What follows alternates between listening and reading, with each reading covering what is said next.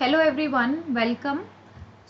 आज के इस सेशन में हम स्टार्ट करेंगे that is basic inorganic chemistry का पार्ट है राइटिंग इलेक्ट्रॉनिक कॉन्फ़िगरेशन।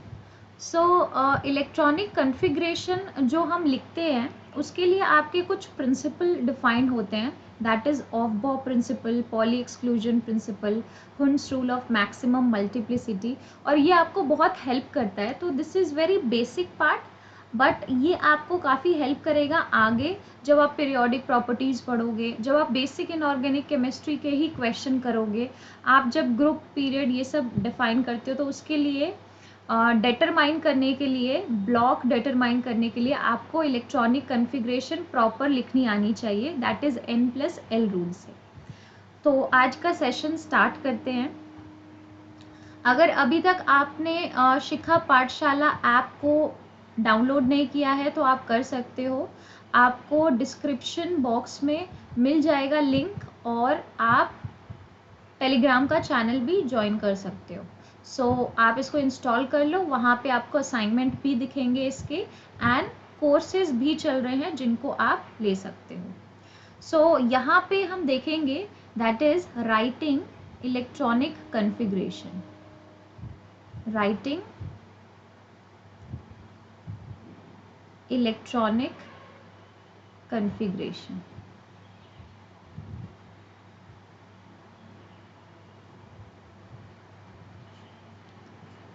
अगर मैं राइटिंग इलेक्ट्रॉनिक कॉन्फ़िगरेशन की बात करूँ तो सबसे पहला जो है वो है aufbau principle. Aufbau principle. Next जो हम पढ़ने वाले हैं वो है हुन्स रूल, जिसको आप बोलते हो Hund's rule of maximum multiplicity. And third is poly exclusion principal. ये सब आप लोगों ने स्कूल टाइम पे पढ़ा होगा।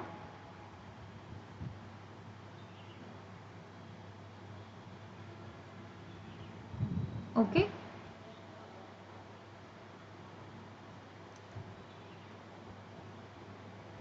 सबसे पहले जो स्टार्ट करने वाले हैं वो है आपका that is ऑफ-बॉ principal.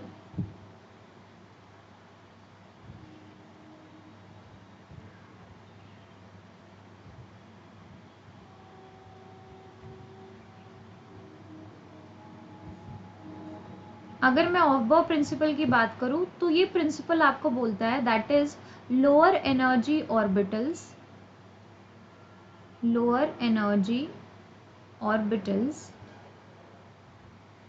are filled first,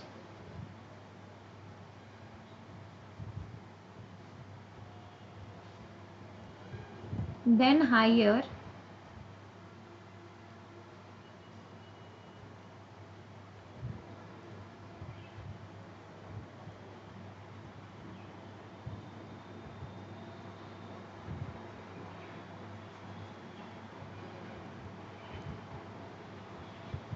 higher energy orbitals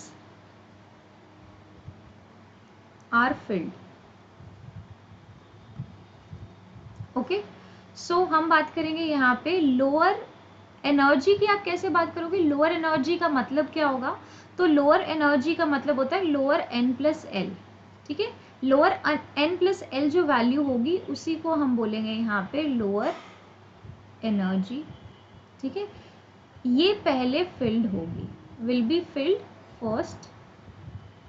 and आपकी, अगर आपको पता चलता है कि N+L की वैल्यू जिसकी कम होगी वो पहले फिलअप होगा, अगर आपको पता चलता है कि सेम N+L की वैल्यू आ गई है, ठीक है, अगर सेम N+L की वैल्यू है तो वहाँ पर आप देखोगे लोअर N जो होगा वो पहले फिल्ड होगा। ठीक है, फिल्ड फर्स्ट। तो हमने यहाँ पे क्या देखा? सबसे पहले आप N+L चेक करोगे, जिसका N+L लोअर होगा, कम होगा, उसी की एनर्जी लो होगी और वही पहले फिलअप होगा। अगर ऐसा होता है कि N+L की वैल्यू आपकी सेम आ गई, कैसे सेम आ सकती है? तो आपको पता है 3p एग्जाम्पल ले लेती हूँ। 3p है और 4s है। ठीक है, इसमें n that is principal quantum number की वैल्यू 3 है, यहाँ पे n की वैल्यू 4 है। L की वैल्यू इसके लिए 1 है, L की वैल्यू इसके लिए 0 है। तो अगर आप n प्लस L की वैल्यू निकालते हो दोनों के लिए, तो इसके लिए 4 है और इसके लिए भी 4 है, n प्लस L। तो फिलअप दोनों में से पहले कौन होगा? अगर सेम n प्लस L है तो लोअर n पहले फिलअप होगा, है ना। तो लोअर n कौन सा है, किसका लोअर n है? 3p का। तो पहले 3p फिलअप होगा, उसके बाद सॉरी उसके बाद आपका 4s फिलअप होगा, ठीक है, क्योंकि 4s की एनर्जी आपकी ज़्यादा है as compare to 3p। Clear हो गया सबको?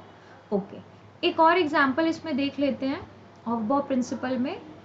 यहाँ पे अगर मैं आपको बोलूँ that is 4p and 3d है, ठीक है, 4p 3d एंड मान लो 5s है, ये एग्जाम्पल है। तो यहाँ पे अगर मैं आपको n की वैल्यू पूछूं तो यहाँ 4n की वैल्यू 3 है principal quantum number, this is 5। l की वैल्यू अगर मैं आपसे पूछूं तो p के लिए 1 होती है, d के लिए 2 होती है, s के लिए 0 होती है, ठीक है। यहाँ पे अगर n प्लस l की वैल्यू आपसे कोई पूछता है तो n प्लस l की वैल्यू क्या होगी? दैट इज 5 हो जाएगी, इसके लिए 5 एंड इसके लिए भी 5। तो n प्लस l की जो वैल्यू है वो आपको निकल कर कितनी दिखाई दे रही है? 5, तीनों के लिए। तो अगर ये वैल्यू सेम है तो आप क्या देखने वाले हो? Lower n। तो लोअर n किसका है? तो सबसे लोअर n 3d का है, तो 3d will be filled first. Then 4p के लिए है तो फिर आपका 4p फिलअप होगा, एंड देन 5s के लिए n की वैल्यू फिर आपका 5s फिलअप होगा। तो ये आपका एनर्जी है, ठीक है, सबसे ज़्यादा 5s की energy, then 4p, then 3d। Okay, तो ये वाला प्रोसेस हमें फॉलो करना है। तो यहाँ पे हम आगे बढ़ते हैं इस पार्ट पे और देखते हैं कि हम n प्लस एल से कैसे फिलअप करेंगे। तो कन्फिग्रेशन जो आप लोग लिखते हो उस कन्फिग्रेशन को एक बार देख लेते हैं। दैट इज़ 1s, फिर हम लिखते हैं 2s, फिर हम लिखते हैं 2p, है ना, फिर हम लिखते हैं 3s। तो ये सब जो हम लिखते हैं ना, 3s लिख दिया, फिर 3p लिख दिया, फिर 4s लिख दिया। अब आगे क्या लिखेंगे? तो ये 3d लिखेंगे, ठीक है। क्यों लिख रहे हैं 3d? देखो यहाँ पे पहले 3d, फिर 4p, फिर 5s। 3d के बाद 4p आएगा, फिर आएगा आपका 5s, ऐसे चलेगा। उसका रीज़न क्या है? Reason n plus L rule है कि फिल कैसे होंगे इलेक्ट्रॉन, कि n की वैल्यू जो है वो यहाँ पे है 1, यहाँ पे है 2, 2, 3, 3, 4, 3, 4 एंड 5। जो साथ में लिखा है वही n की वैल्यू है, प्रिंसिपल क्वांटम नंबर। l की वैल्यू s के लिए क्या होती है? 0, एजीम्यूथल क्वांटम नंबर है। 2s के लिए भी 0, p के लिए होती है 1, s के लिए 0, p के लिए 1, s के लिए 0, d के लिए 2, p के लिए 1 एंड s के लिए 0। अगर आपसे यहाँ पे n प्लस एल की वैल्यू पूछ रहा है तो n प्लस एल की वैल्यू क्या होगी? 1, 2, 3 हो जाएगी, ये भी 3, ये 4, ये 4, ये 5, ये 5 और ये 5, ठीक है। तो आपको ये तो समझ में आ गया यहाँ पे बहुत क्लियरली कि 1 के बाद 2 n प्लस एल की वैल्यू फिलअप हुई, मतलब ये ठीक है। यहाँ पे ये दोनों 3 हैं, तो यहाँ पे देखते हैं lower n will be filled first. Lower n किसका है? 2 है ना लोअर n, फिर 3 है, तो ये भी सही है, ठीक है। उसके बाद आप देखोगे यहाँ दोनों 4 हैं, तो लोअर n किसका है? अगर n प्लस एल सेम है तो आप लोअर n पहले फिलअप करोगे, तो देखो 3 है, तो करेक्ट है ना। फिर यहाँ पे आ जाओ, तो ये एग्जाम्पल तो आपने दोनों किए हैं, ये एग्जाम्पल और ये एग्जाम्पल पे मैंने आपको बताया है अभी 3D पहले फिलअप होगा, फिर 4s, फिर 5s, क्योंकि 3, 4 और 5 है यहाँ पे n की वैल्यू, ठीक है। तो दिस इज द वे हम इलेक्ट्रॉनिक कन्फिग्रेशन को फिलअप करते हैं। तो ये जो आपने लिखा है ना, इस एरो को अगर मैं डिनोट करूँ तो ये इंक्रीजिंग एनर्जी आपने डिफाइन कर दी है, ठीक है। n प्लस एल जिसका ज़्यादा होता है उसी की एनर्जी भी ज़्यादा होती है। सो आगे बढ़ते हैं। ये वाला था आपका ऑफ-बॉ प्रिंसिपल, ठीक है। तो आई होप आपको ऑफ-बॉ प्रिंसिपल पूरा क्लियर हो गया होगा, एग्जाम्पल के साथ मैंने आपको बता दिया यहाँ पे। नेक्स्ट,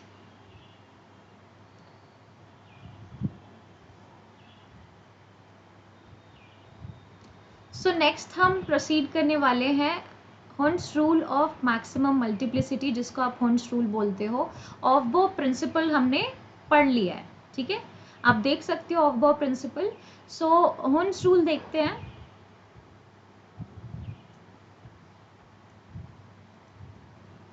सेकेंड वन इज हॉर्न्स रूल ऑफ मैक्सिमम मल्टीप्लिसिटी, ठीक है, हॉर्न्स rule of maximum multiplicity, this is the second part. तो यहाँ पे ये क्या बोल रहा है, pairing takes place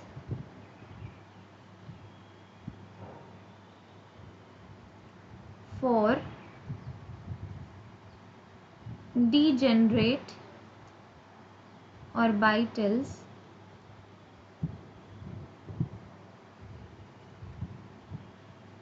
only after each orbital is singly filled, ठीक है, is singly filled, ठीक है। यहाँ पे आपको क्या बोल रहा है, पेयरिंग टेक्स प्लेस, इसमें इसने बोला है आपको कि pairing will take place for degenerate orbitals, energy same होनी चाहिए only after each orbital is singly filled, मतलब n प्लस एल क्या होना चाहिए, सेम होना चाहिए, एनर्जी सेम मतलब n प्लस एल की वैल्यू सेम। तो यहाँ पे मैं बात करती हूँ, फॉर एग्जाम्पल ऑक्सीजन ले लिया मैंने, ठीक है, एग्जाम्पल ऑक्सीजन का एटॉमिक नंबर है 8, इलेक्ट्रॉनिक कन्फिग्रेशन लिखते हैं 1s2 2s2 और ये 2p4। तो ये 1s जो है इसमें तो 2 इलेक्ट्रॉन होंगे, 2s में भी आपको 2 इलेक्ट्रॉन दिख रहे हैं, ये जो 2p4 है इसमें ये 3 ऑर्बिटल दिख रही हैं, एनर्जी सेम है बिकॉज n की वैल्यू 2 है और l की वैल्यू 1 है, तो सबके लिए n प्लस l, हर ऑर्बिटल के लिए 3 है। तो 4 इलेक्ट्रॉन क्या होगा, यहाँ पे बोल रहा है pairing will take place only after each orbital is singly filled, मतलब हर एक ऑर्बिटल पहले सिंगली फिल्ड होगी तब पेयरिंग स्टार्ट होगी, ठीक है। मतलब कि हम इसको ऐसे लिखेंगे तभी करेक्ट है, अगर आपने किसी ने भी ऐसे लिख दिया 1 2 3 4 तो दिस इज इनकरेक्ट, ठीक है। तो horns rule of maximum multiplicity आपको यही वाला पार्ट क्लियर करता है। Okay, I think this part is clear. एक नाइट्रोजन का एग्जाम्पल देखते हैं यहाँ पे, बहुत सिंपल बेसिक पार्ट है।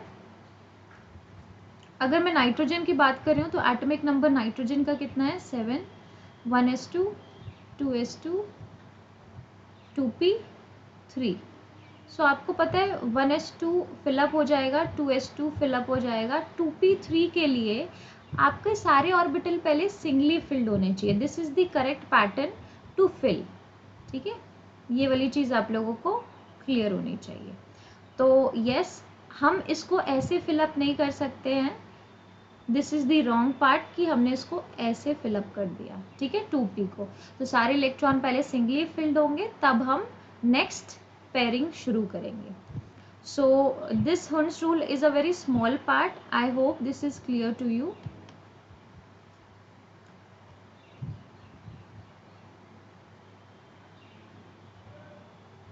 ओके, सो हमने हॉर्न्स रूल भी पढ़ लिया, नेक्स्ट हम स्टार्ट करेंगे poly exclusion principal.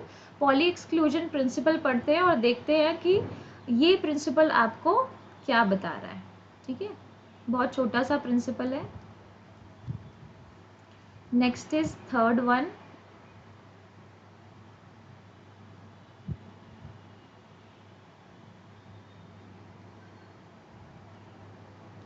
that is Pauli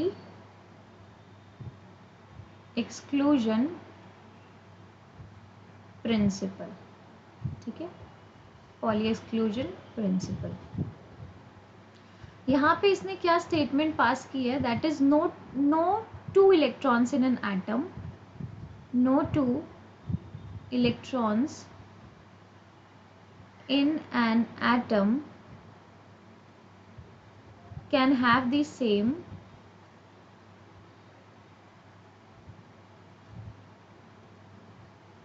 same set of quantum numbers.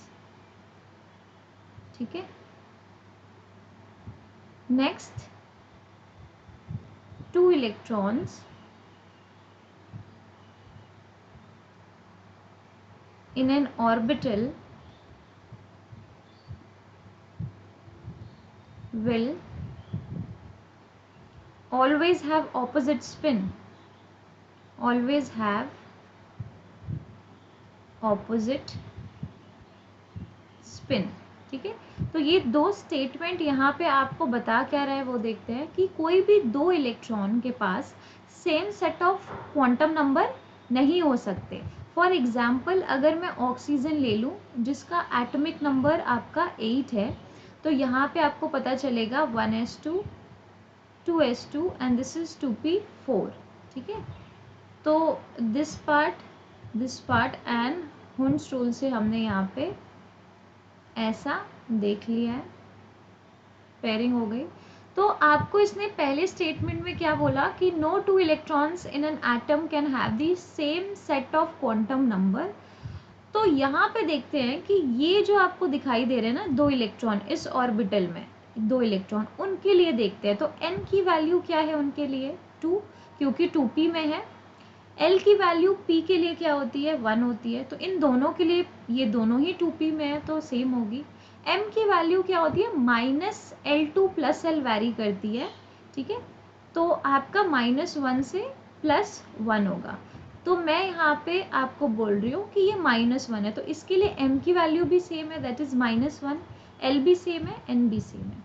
But यहाँ पे s दोनों का डिफरेंट हो जाएगा, एक का +½ होगा एंड एक का क्या होगा -½ तो आपको ये ध्यान रखना है कि चारों quantum number same set of 4 quantum number भी लिख सकते हो यहाँ पे, या सेम सेट ऑफ पूरे क्वांटम नंबर सेम नहीं हो सकते यहाँ पे, बिकॉज देखो n भी सेम हो गया था, l भी और m भी, ये तीनों तो सेम रहेंगे। अगर कोई भी इलेक्ट्रॉन किसी ऑर्बिटल में है, दो इलेक्ट्रॉन, तो ऑर्बिटल के लिए, इसके लिए भी देखो n की वैल्यू 1 है ना, l की वैल्यू क्या हो जाएगी 0, m की वैल्यू क्या हो जाएगी 0, बट s की वैल्यू तो डिफर कर जाएगी ना, एक की +½ होगी, एक की -½ तो चारों क्वांटम नंबर सेम नहीं हो सकते, तब तो हम बता ही नहीं पाएंगे ना। और सेम चीज को एक्सप्लेन किया गया है यहाँ पे कि 2 electrons in N orbital will always have opposite spin. इसका मतलब क्या बोला गया कि आपके किसी भी ऑर्बिटल में अगर 2 इलेक्ट्रॉन हैं तो इसके पास ऑपोजिट स्पिन होगा, करेक्ट बात है ना। और आप पढ़ते हो कि ऑपोजिट स्पिन हम एक क्लॉकवाइज लेकर चलते हैं और हम एक क्या लेके चलते हैं, दैट इज एंटी क्लॉकवाइज। ठीक है, तो ऑपोजिट स्पिन तो होने ही चाहिए। आपको ये पता है कि ये हम +½ एंड -½ वाला कंसेप्ट यहाँ पे लेकर चलते हैं। कोई भी दो इलेक्ट्रॉन आपके ऐसे नहीं होने चाहिए, दिस इज इनकरेक्ट। कोई भी दो इलेक्ट्रॉन आपके ऑर्बिटल में ऐसे नहीं होने चाहिए, विच इज इनकरेक्ट। ठीक है, तो ऑपोजिट स्पिन के होने चाहिए, एक क्लॉकवाइज और एक एंटी क्लॉकवाइज। ठीक है, चलो एक छोटा सा क्वेश्चन करते हैं और फिर इस पूरे पार्ट को खत्म करेंगे। तो यहाँ पे question is which set of quantum number is valid, which set of quantum number is valid. ठीक है, तो यहाँ पे मैं लिख देती हूँ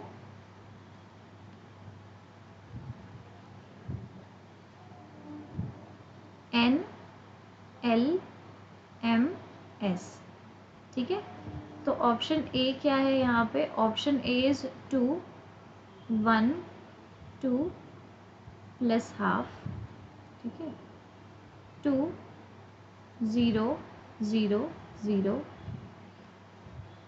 C will be 2 2 -1 +½ and D option is 2 1 -1 and -½ तो ये आपको दिया हुआ है। आपसे यहाँ पे क्वेश्चन पूछ रहा है कि which set of quantum number is valid, this is MCQ type of question. देखो आपको कंडीशन पता होनी चाहिए कि L हमेशा, L क्या होता है हमेशा N से छोटा होता है। तो यहाँ पे देखो 2 है, ये 1 है, दैट इज़ फाइन। और m जो है वो -L2 + L वैरी करता है। ये गलत हो गया, देखो यहाँ पे ये गलत है। मैं सर्कल कर रही हूँ कि क्यों ये ऑप्शन गलत है, ठीक है, क्योंकि ये -1 to +1 होना चाहिए, बट ये 2 हो गया, which is wrong. B option में देखो 2 है फिर 0 है, दैट इज़ ओके कि यहाँ पे ये 2s को रिप्रेजेंट कर रहा होगा, कम है l की वैल्यू n से। ये भी 0 हो जाएगा क्योंकि l 0 है तो m भी 0, बट ये नहीं हो सकता, दिस इज़ रॉन्ग, ठीक है, क्योंकि आपने अभी पढ़ा है ना कि ऑपोजिट स्पिन होते हैं, एक +½ और एक -½ होता है, स्पिन तो डिफाइन होगा ही ना। नेक्स्ट सी ऑप्शन की तरफ चलते हैं, तो यहाँ पे ये वाला पार्ट आपका रॉन्ग है। वाई? बिकॉज n और l कभी इक्वल नहीं हो सकते, रॉन्ग। यहाँ पे this is 2, this is 1, correct. -1 से +1 वैरी करेगा, -½ option D is your answer. Correct option कौन सा हो गया? Option number D. तो ऐसे बहुत सारे क्वेश्चन आपको असाइनमेंट में भी मिलेंगे, तो आप असाइनमेंट कर सकते हो। और IIT जैम 2023 के लिए और IIT जैम 2024 के लिए आप बैच ज्वाइन कर सकते हो, ठीक है। मंथली प्राइस है, इसमें आप 513 रुपीज़ मंथली देकर इनऑर्गेनिक, ऑर्गेनिक और फिजिकल केमिस्ट्री का ज्वाइन कर सकते हो कोर्स। ऐप की लिंक आपको डिस्क्रिप्शन बॉक्स में मिल जाएगी, ठीक है। तो आप अगर IIT जैम 2024 के लिए भी प्रिपेयर कर रहे हो तभी भी आप ज्वाइन कर सकते हो। इंडिविजुअल भी इनऑर्गेनिक केमिस्ट्री के लिए आपको कोर्स दिख जाएगा, ठीक है, तो ये भी आप ज्वाइन कर सकते हो। तो ऐप को एक बार चेक कर लो